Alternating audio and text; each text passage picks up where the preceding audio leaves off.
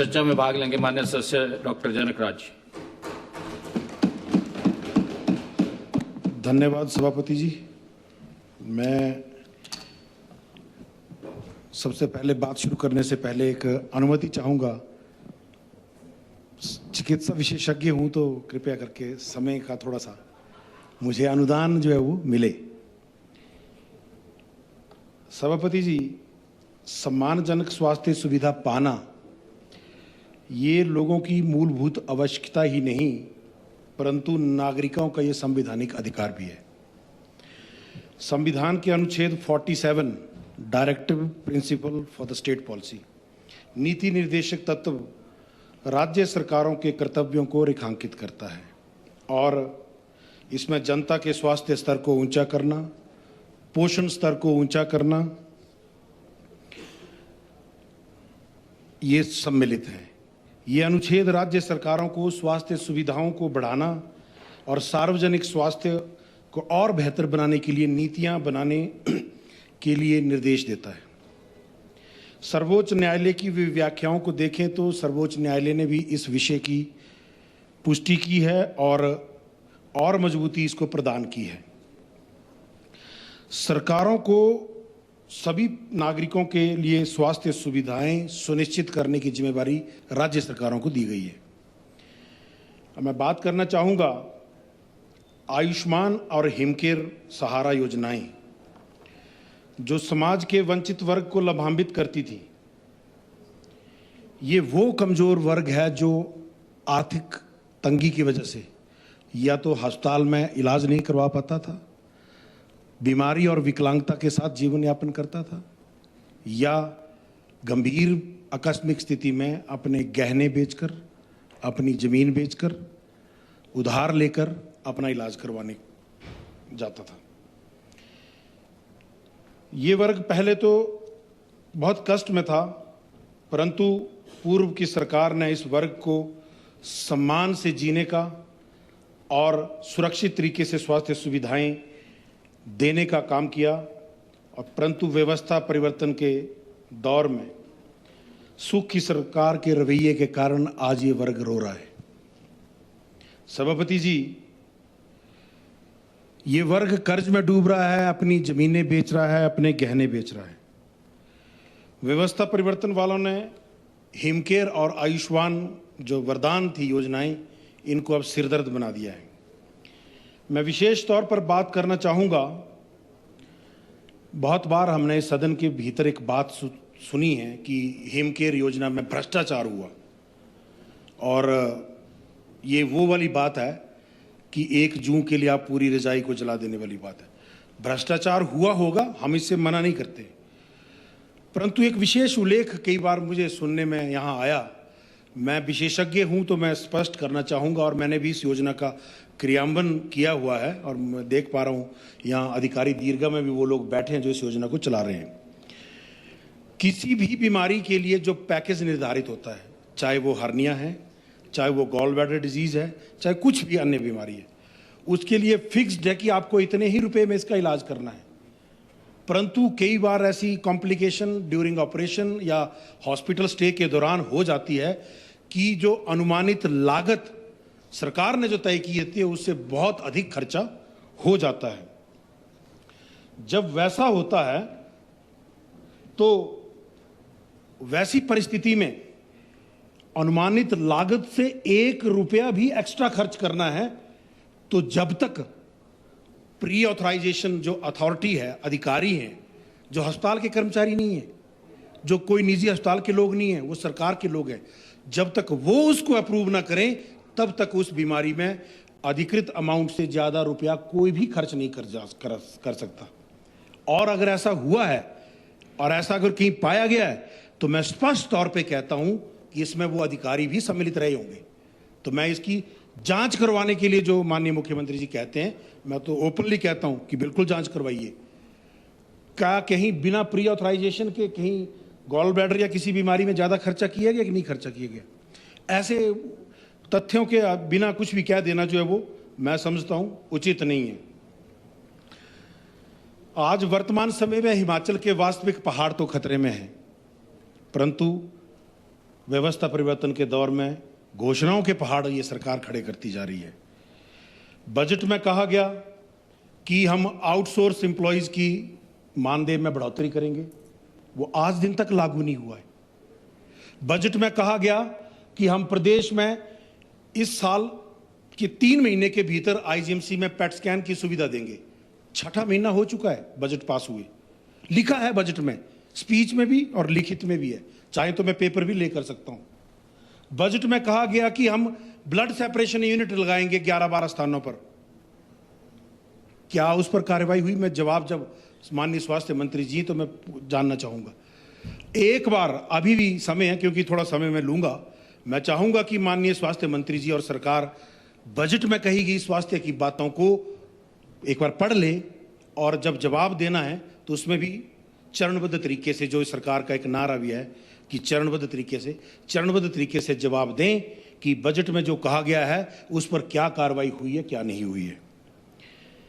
माननीय सभापति जी, भारत के महालेखा परीक्षक और नियंत्रक की रिपोर्ट में स्पष्ट तौर पर कहा गया है कि माननीय पूर्व सदस्य हमारे हमसे पहले परमार साहब ने भी ये कहा कि हिमाचल में 41.87 जो है वो हमारे मानव संसाधनों की कमी है और 50% तक और से लेकर 59% स्पेशलिस्ट डॉक्टर की कमी है। जिला स्तर के अस्पतालों में आईसीयू, ईसीजी, अल्ट्रासाउंड जैसी बुनियादी सुविधाओं का अभाव है। अभी कुछ दिन पहले ही माननीय हाईकोर्ट ने नेशनल हेल्थ मिशन के 521 करोड़ रुपए का दुरुपयोग की बात कही है और ये अपने आप में सरकार के लिए भी और स्वास्थ्य विभाग के लिए भी शर्म की बात है कि माननीय हाईकोर्ट ने कहा कि मैं प्रदेश सरकार के स्वास्थ्य विभाग के एफिडेविट से इत्तेफाक नहीं रखता। ये बहुत बड़ी बात है। ये हमारी व्यवस्था पर बहुत बड़ा एक प्रश्न चिन्ह लगाता है कि जब प्रदेश का उच्च न्यायालय ही हमारे सबमिट किए कागजों पर जो है वो संतुष्ट ना हो और उसमें माननीय हाईकोर्ट ने स्पेशल तौर पर कहा है कि मैं केंद्र सरकार को भी डायरेक्ट कर रहा हूं कि इसका स्पेशल ऑडिट खुद करें, तो हम खुद सोच सकते हैं, आत्म मंथन कर सकते हैं कि हम क्या सही मायने में जो डायरेक्टिव प्रिंसिपल ऑफ स्टेट अनुच्छेद में जो संविधान में कहा गया है उसके हिसाब से हम काम कर रहे हैं कि नहीं कर रहे। सभापति जी, अब आगे सरकार यूं तो विश्व स्तरीय सुविधाओं का दावा करती है, पर जमीनी हकीकत यह है कि आज हिमाचल का स्वास्थ्य विभाग बीमार होकर खुद आईसीयू में भर्ती हो गया है। प्रतिदिन ये हो सकता है कि हम विपक्ष के लोग हैं तो हमारे क्षेत्र में दिक्कत हो, परंतु अभी 2 दिन पहले की ही खबर है, माननीय स्वास्थ्य मंत्री जी के जिला की कि सोलन अस्पताल में क्या परिस्थितियां हैं। चंबा मेडिकल कॉलेज में तड़प रही हैं माताएं, व्यवस्था सो रही है। आईजीएमसी की सरकारी लैब में थायराइड और पीपीए के टेस्ट बंद है। डॉक्टर और स्टाफ कर्मी की विरुद्ध संघर्ष समिति ने भूख हड़ताल शुरू की। मुझे खुद इस सदन में दिए गए आश्वासन के बावजूद जब डॉक्टर नहीं मिले तो मुझे माननीय उच्च न्यायालय में जाना पड़ा और उसके बावजूद भी माननीय उच्च न्यायालय में सरकार ने हाथ खड़े कर दिए कि हमारे पास अभी संसाधन नहीं है, हम नहीं दिलवा सकते। परंतु मैं विशेष तौर पर बताना चाहूँगा, कुछ ऐसे भी संस्थान हैं जहाँ सरप्लस हैं, जहाँ जरूरत से ज़्यादा डॉक्टर पोस्टेड है, तो कृपया करके रैशनलाइजेशन ऑफ हेल्थ सर्विसेज करके एक बैठक बुलाएं, जो बैठकें यहाँ पर बुलाई जाती हैं। एक सब कमेटी बना दी जाए, जो एक परंपरा है सरकार की, कमेटी बना के आपको पता लग जाएगा कहाँ पर डॉक्टर जरूरत से ज़्यादा हैं, वहाँ से आप आरे परे शिफ्ट करिए। फिर एक बात यहाँ पर बार बार कही जाती है कि हिमाचल में कैंसर बहुत फैल गया है। मैं स्पष्ट करना चाहूंगा, ये एक खबर थी जनवरी 10, 2021 टाइम्स ऑफ इंडिया की खबर है। मुझे लगता है कि इस खबर को गलत तरीके से इंटरप्रेट कर लिया गया है।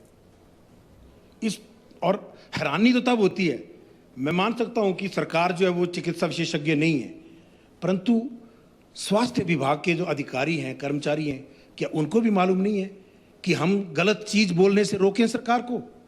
एक बार कैंसर हॉस्पिटल के डॉक्टर से तो बात कर लेते कि वस्तुस्थिति क्या है। इस न्यूज में लिखा गया है, longitudinal ageing study in India, full scale national survey of scientific investigation of health, economic and social determinants and consequences of population aging in India has revealed that self-reported prevalence of diagnosed cancer is highest in Himachal Pradesh, 2.2% compared to the national average of 0.6%. इसका मतलब ये है कि मैं अस्पताल जा रहा हूं और मरीज डॉक्टर के पास जाके बोल रहा है कि डॉक्टर साहब मुझे कैंसर है। इस तरह की रिपोर्टिंग जो है वो हिमाचल में पूरे देश में सबसे ज्यादा है। और इसका कारण ये नहीं है कि हिमाचल में कैंसर बहुत फैल गया है, इसका कारण ये है कि हिमाचल में लोग अवेयर हैं और पढ़े लिखे हैं। दे न्यू कि मुझे कैंसर हो गया है, मेरे को डायग्नोसिस में कैंसर आया, तो मुझे अब कैंसर हॉस्पिटल जाना है। और आपकी जानकारी के लिए बता दूं, हिमाचल प्रदेश में पहले एक आरसीसी था, रीजनल कैंसर सेंटर, जिसको हमारी यशस्वी प्रधानमंत्री नरेंद्र मोदी जी की सरकार ने हिमाचल में 3 टर्शरी केयर कैंसर इंस्टीट्यूट दिए।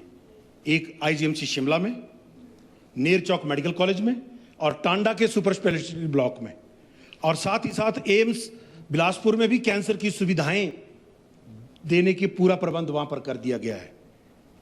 आज अगर हम बात करें कैंसर हॉस्पिटल के डॉक्टर से ना, तो उन्हें जरूरत पता क्या है? मैन पावर की, स्टाफ की, बेड की, ना कि 200-300 करोड़ रुपया और खर्च करके हमीरपुर में एक और कैंसर हॉस्पिटल बनाने की। मैंने पहले भी कहा है सभापति जी कि स्वास्थ्य के क्षेत्र में कोई राजनीतिक बात नहीं कहूंगा, जो सही है, जरूरत है, वही बात कहूंगा। आप एक बार उनसे पूछें तो आपको जरूरत किस चीज की है? इतने तो मरीज ही नहीं है हिमाचल में कैंसर के जितने आप कैंसर इंस्टीट्यूट खोली जा रहे हैं। और आपकी जानकारी के लिए बता दूं, थोड़े नियम 62 में ध्यानाकर्षण प्रस्ताव लगा था, हिमाचल में लगभग 14.70% मौतें हार्ट अटैक से हो रही हैं। उस पर हमारा कोई ध्यान नहीं है। एंड ये अधिकारी लोगों में मैं देख पा रहा हूं कुछ डॉक्टर्स भी बैठे हैं, ये ज्यादा बेटर समझेंगे। Incidence and prevalence of cancer in Himachal is equal as compare to the rest of the country. तो कृपया करके इस बात का दुष्प्रचार ना हो कि हिमाचल में कैंसर बहुत फैल गया है, लोगों को भय की स्थिति में ना ले जाएं। ये सेल्फ रिपोर्टिंग जो है वो हमारी स्टेट में बहुत अच्छी है, क्योंकि हम लोग पढ़े लिखे हैं, हिमाचल की साक्षरता दर अच्छी है, बेटर डायग्नोसिस लोगों के पास उपलब्ध है, तो लोग सेल्फ रिपोर्ट करते हैं। सभापति जी, स्वास्थ्य के अगर हम बात करें तो अनेकों स्वास्थ्य केंद्रों में ताले लटके हैं। पिछले सत्र में मेरा एक सवाल था जिसमें मैंने पूछा था कि स्वास्थ्य विभाग में कितने पद खाली हैं हेल्थ वर्कर्स के, तो बहुत हैरानी हुई जान के 2100 के कैडर में से 1800 कुछ पद खाली हैं। नियमित टीकाकरण, जो हम जब बच्चे थे, अपने विद्यार्थी जीवन का भी मुझे याद है, उस समय टीकाकरण बड़े सुचारू रूप से होता था। मैंने जब नौकरी करी एज ए एमबीबीएस डॉक्टर, 2005-6 की बात है, मेरे पास 6 सब सेंटर थे, 6 के 6 सब सेंटर में हेल्थ केयर वर्कर उपलब्ध थे। आज मेरे चुनाव क्षेत्र में 42 सब सेंटर में से 41 सब सेंटर खाली हैं, ताले लटके हैं। एक जुकाम की दवाई लेने के लिए भी लोगों को 50-100 किलोमीटर ट्रैवल करना पड़ता है। फिर वो विश्व स्तरीय स्वास्थ्य सुविधाओं की बात यहां पर होती है। और विभाग की कार्यशाली, माननीय मंत्री जी, मैं विशेष तौर पर आपको ये कहना चाहूंगा, कुछ डॉक्टर्स ने लिख के दिया, विलिंग दी, मेरे पास भी आए, और हमारे चंबा के सदर के विधायक भी माननीय सदस्य यहाँ बैठे हैं, इन्होंने भी डीओ दिया, मैंने भी डीओ दिया कि ये व्यक्ति चंबा जाना चाहता है, उनको चंबा नहीं लगा रहे। और फिर बोलते चंबा में तो डॉक्टर नहीं जा रहे, जाने को तैयार है। जो जाने को तैयार है उनको आप भेज नहीं रहे और जबरदस्ती प्रताड़ित करने के लिए दूसरे के ऑर्डर कर दे रहे हैं। हालात ये हैं, चंबा में आज हिमाचल की सबसे बेस्ट एमआरआई मशीन पिछले 3 सालों से एनएचपीसी ने डोनेट करके वहां लगाई है। साल का 60 लाख रुपया उसकी सीएमसी का भरना पड़ रहा है, पर मशीन वो सफेद हाथी की तरह खड़ी है, जैसे आज आपके रोबोट खड़े हैं। अभी रोबोटिक सर्जरी पे भी मैं बात करूंगा, बताऊंगा ये भी चीज। मैं कुछ दिन पहले पांगी गया था सभापति जी, तो एक पंचायत के दौरे पर था, तो कुछ महिलाएं वहां पर मनरेगा के काम में लगी थी। तो जब मैंने उनसे बातचीत करी तो उन्होंने बड़ा बताया कि हमारे को तो दिहाड़ी मनरेगा की जो घोषणा हुई थी वो नहीं मिल रही है। उस विषय पर मैं नहीं आना चाहूँगा अभी, क्योंकि स्वास्थ्य के उस पर बात हो रही है। तो एक लड़की बीच में बहुत सोफेस्टिकेटेड तरीके से बड़े कुछ हेल्थ के उसने चीज़ें कही, तो मेरे को ऐसे शक हुआ। मैं कह रहा तुम कुछ हेल्थ डिपार्टमेंट में के ट्रेंड हो क्या? बोला जी सर, मैं बीएससी नर्सिंग हूँ। बहुत दुख हुआ मुझे ये जान के कि एक बीएससी नर्सिंग की हुई लड़की मनरेगा में पत्थर ढो रही है। और ये हमारी विफल नीतियों का परिणाम है कि एक गरीब माँ बाप ने उधार लेकर, कर्ज लेकर, जमीन बेचकर अपनी बेटी को बीएससी नर्सिंग कराई और आज वो मनरेगा में पत्थर तोड़ने और ढोने का काम कर रही है। और प्रदेश भर में लगभग 21 से 22 हजार से ट्रेंड स्टाफ नर्सेज बेरोजगार बैठी हैं। हम उनको आउटसोर्स पे भरने की बात कहते हैं। मतलब इतना बुरा हाल है। और सच में कहूँ सभापति जी, उन ट्रेंड नर्सेज को और जो भी स्वास्थ्य के ट्रेंड लोग हैं, चाहे फार्मासिस्ट हैं, नर्सेस हैं, पैरामेडिक्स और हैं, उनको सरकार से विश्वास उठ चुका है। वो यहाँ आते हैं ना, सरकार से नहीं मिलते हैं, हम लोगों से मिलते हैं, ये बोल के कि आप हमारा विषय उठाओ क्योंकि इन्होंने तो कुछ करना नहीं है, ऐसा बोल के जाते हैं। और ये बहुत दुख की बात है स्वास्थ्य मंत्री जी, इस पर मुझे एक, और ये गरीब लोग हैं जिन्होंने अपने जीवन की पूंजी लगा के अपने बच्चियों को पढ़ाया है। एक बात मुझे कबीर जी की याद आ रही है, कबीरा हाय गरीब की कबू न खाली जाए, कबीरा हाय गरीब की कबू न खाली जाए, मुँह ढोर के चाम से लौह भस्म हो जाए। तो मैं अभी भी आपसे आग्रह करता हूं, इन गरीब लोगों की बद्दुआएं मत लो और इनकी मदद करो। बहुत बुरी हालत है प्रदेश में। स्वास्थ्य संस्थानों में असंख्य पद खाली हैं। सरलार्थ ये है कि गरीब की बद्दुआ लेंगे ना, प्लीज तो सब कुछ तबाह हो जाएगा। प्लीज कंटिन्यू, प्लीज माननीय सदस्य प्लीज। एक्सप्लेन कर दूंगा मैं आपको अलग से। हिमकेयर योजना और आयुष्मान के लंबित भुगतानों की वजह से आप लोगों की व्यवस्था परिवर्तन के दौर में हमारे स्वास्थ्य कर्मी और हॉस्पिटल में काम करने वाले डॉक्टर्स उस असहज स्थिति में आप लोगों ने खड़े कर दिए हैं कि मरीज इलाज ना होने की वजह से उनको कोसते हैं, उनको गालियां देते हैं। और कई बार फोन आता है और मुझे संकोच नहीं है ये बात कोई कहने में, आप लोगों को भी फोन आते होंगे कि मुझे हिमकेयर का इलाज नहीं मिल रहा है या मेरे को डॉक्टर मना कर रहे हैं, डॉक्टर पैसे मांग रहे हैं। मैं कई बार बोलता, मैं कह रहा डॉक्टर पैसे नहीं मांग रहे, डॉक्टर इलाज के लिए व्यवस्था करने की बात कह रहे हैं। जनाब पहले तो फ्री में हो जाता था, अब नहीं हो रहा। इन लोगों को भी फोन आते थे, परंतु मुझे अभी इसी विषय पर उप मुख्यमंत्री की एक बात याद आ रही है कि पॉलिटिशियनों की चमड़ी बड़ी ढीठ होती है। वो शायद इस तरफ ज़्यादा ढीठ है कि इतना कुछ सुनने के बावजूद भी ये फिर भी पक्ष में बोल रहे हैं कि स्वास्थ्य पर जो सही स्थिति है उस पर नहीं बात कर रहे हैं, जो हालात है उस पर नहीं बात कर रहे हैं। उसमें तो आप भी शामिल हो जाएंगे। हमारे चिकित्सकों का आपने डीए, एनपीए सारा बंद करके रखा है। अस्पतालों में दवाओं और जरूरी ऑपरेशन के सामान का अभाव है और सरकारी नाकामी का खामियाजा बेचारे वो मरीज और स्वास्थ्य कर्मी भुगत रहे हैं। सभापति जी, नेशनल पब्लिक हेल्थ स्टैंडर्ड मूल्यांकन के आधार पर हमारे जो स्वास्थ्य संस्थान है हिमाचल प्रदेश के, मात्र 19% स्वास्थ्य संस्थान ऐसे पाए गए जिनमें 50% से अधिक नंबर उनको दिए गए। ये अपने आप में चिंता का विषय है। कहाँ हम विश्व स्तरीय स्वास्थ्य सुविधाओं की बात कर रहे हैं।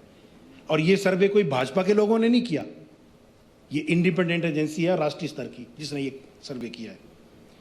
सुनने में तो ये भी आया है कुछ दिन पहले कि आपके ही एक विधायक जनता से सहयोग मांग रहे हैं कि पैसा दान दो, अस्पताल में सुविधाएं सुधारनी है। तो मैं पूछना चाहूंगा, क्या सरकार ने अपने विधायकों के वहां पे भी सुविधाएं देना बंद कर दिया है? आईपीएचएस के परिणामों से स्पष्ट है कि 71% स्वास्थ्य संस्थान हिमाचल के जो हैं वो राष्ट्रीय मानकों पर खरा नहीं उतर रहे हैं। और हम बात कर रहे हैं कि हम विश्व स्तरीय स्वास्थ्य सुविधाएं देंगे। हिमाचल की टोटल फर्टिलिटी रेट 1.47% है, जो रिप्लेसमेंट रेट पॉपुलेशन की जो रिप्लेसमेंट रेट होती है 2.1, उससे बहुत कम है। और इससे होगा क्या? उससे होगा क्या कि आने वाले कुछ वर्षों में हिमाचल बूढ़ा हो जाएगा। मुझे लगता है कि सरकार को इस पर भी चिंता करने की जरूरत है। और क्यों हिमाचल की डेमोग्राफी चेंज हो रही है, क्या हमारे कारण है? क्योंकि हमारी जो न्यूबॉर्न और जो छोटे जो मैटरनल एंड चाइल्ड हेल्थ है वो बहुत डिटीरिएट कर गई हुई है। और हिमाचल कोई बूढ़ा राज्य न घोषित हो जाए, इसलिए ये बहुत जरूरी है कि हम इस पर बात करें। एक विषय है, एनएमसी नेशनल मेडिकल काउंसिल ने जो डॉक्टर ट्रेनिंग लेते हैं उनके लिए एक ट्रेनिंग के लिए करिकुलम तैयार किया, जिसको कहा जाता है जूनियर रेजिडेंसी प्रोग्राम या डिस्ट्रिक्ट रेजिडेंसी प्रोग्राम, जिसके तहत डॉक्टर्स को मैंडेटरी 3 महीने के लिए डिस्ट्रिक्ट हॉस्पिटल, पेरिफेरल हॉस्पिटल और अन्य छोटे छोटे अस्पतालों में भेजा जाता है, ताकि वो वहाँ जाएं, कुछ सीखें और कैसे मरीज को देखना है, कैसे हैंडल करना है, इमरजेंसी में कैसे रिसीव करना है। और हमारी वर्तमान व्यवस्था परिवर्तन की सरकार ने उनके उस करिकुलम में खुद से बदलाव करते हुए उनको सुपर स्पेशलिटी हॉस्पिटल चमियाना में लगा दिया। जो बेचारे बच्चे अभी तैरना सीख रहे हैं उनको आपने इस बाढ़ वाली नदी में उतार दिया, जहां उनके पास गंभीर और सुपर स्पेशलिस्ट स्तर के मरीज देखने की जरूरत होती है, और आपने उनको उस जगह छोड़ दिया। फिर वो आए दिन खबरें आती हैं कि प्रशिक्षु डॉक्टर इलाज कर रहे हैं और दिक्कत हो रही है, वो हो रहा है। दूसरा, माननीय सदस्य, चमियाना पे ही अगर हम बात करें, बीइंग डॉक्टर अच्छे सुझाव दो कुछ आप। दे रहा हूं सर, दे रहा सुझाव पे तो बस आने वाला हूं। अब 5 बजे के बाद चिमियाना में कोई पब्लिक ट्रांसपोर्ट नहीं है, कैसे जाएंगे आदमी? टैक्सी बुक करके ही जाएंगे। ये हालात है प्रदेश में। मैंने सवाल पूछा था कि कितने डॉक्टर पंजीकृत और बेरोजगार हैं।